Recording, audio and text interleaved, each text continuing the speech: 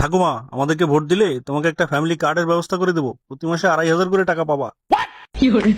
প্রতি মাসে 2,500 টাকা? ঠিক আছে বাবা, তাইলে ভোটটা তোমাকেই দেবো। গুরু, আমার একটা বুদ্ধি আছে।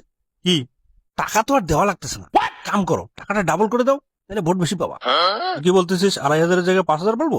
হ্যাঁ গুরু, ঠিক আছে, চল। এ বৌদি, আমাদেরকে ভোট দিলে ওদেরকে ফ্যামিলি কার্ড দেবো, প্রতি মাসে 7,000 করে টাকা পাবা।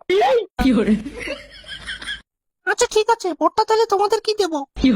ঠিক আছে, ঠিক আছে। এটা কি হলো? আমার বাসায় গিয়ে বললি 2,500, আর এখানে দিচ্ছি 7,000, আমার বাকি 3,500 টাকা কই? দাদু, টাকা তো এখনো দেওয়া শুরু করি নাই। আচ্ছা, ভোটটা দাও, আমরা জিতলে তোমাকেও 7,000 করে টাকা দেবো। ছেলে, তো পেয়েছিস আমাকে?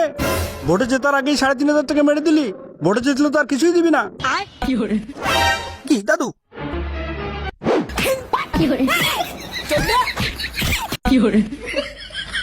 শালা এই গ্রামের বুড়োগুলো খায় কি? একটা কবর চলে গেছে, তার জোর কমে না। গুরু, আমার একটা বুদ্ধি আছে।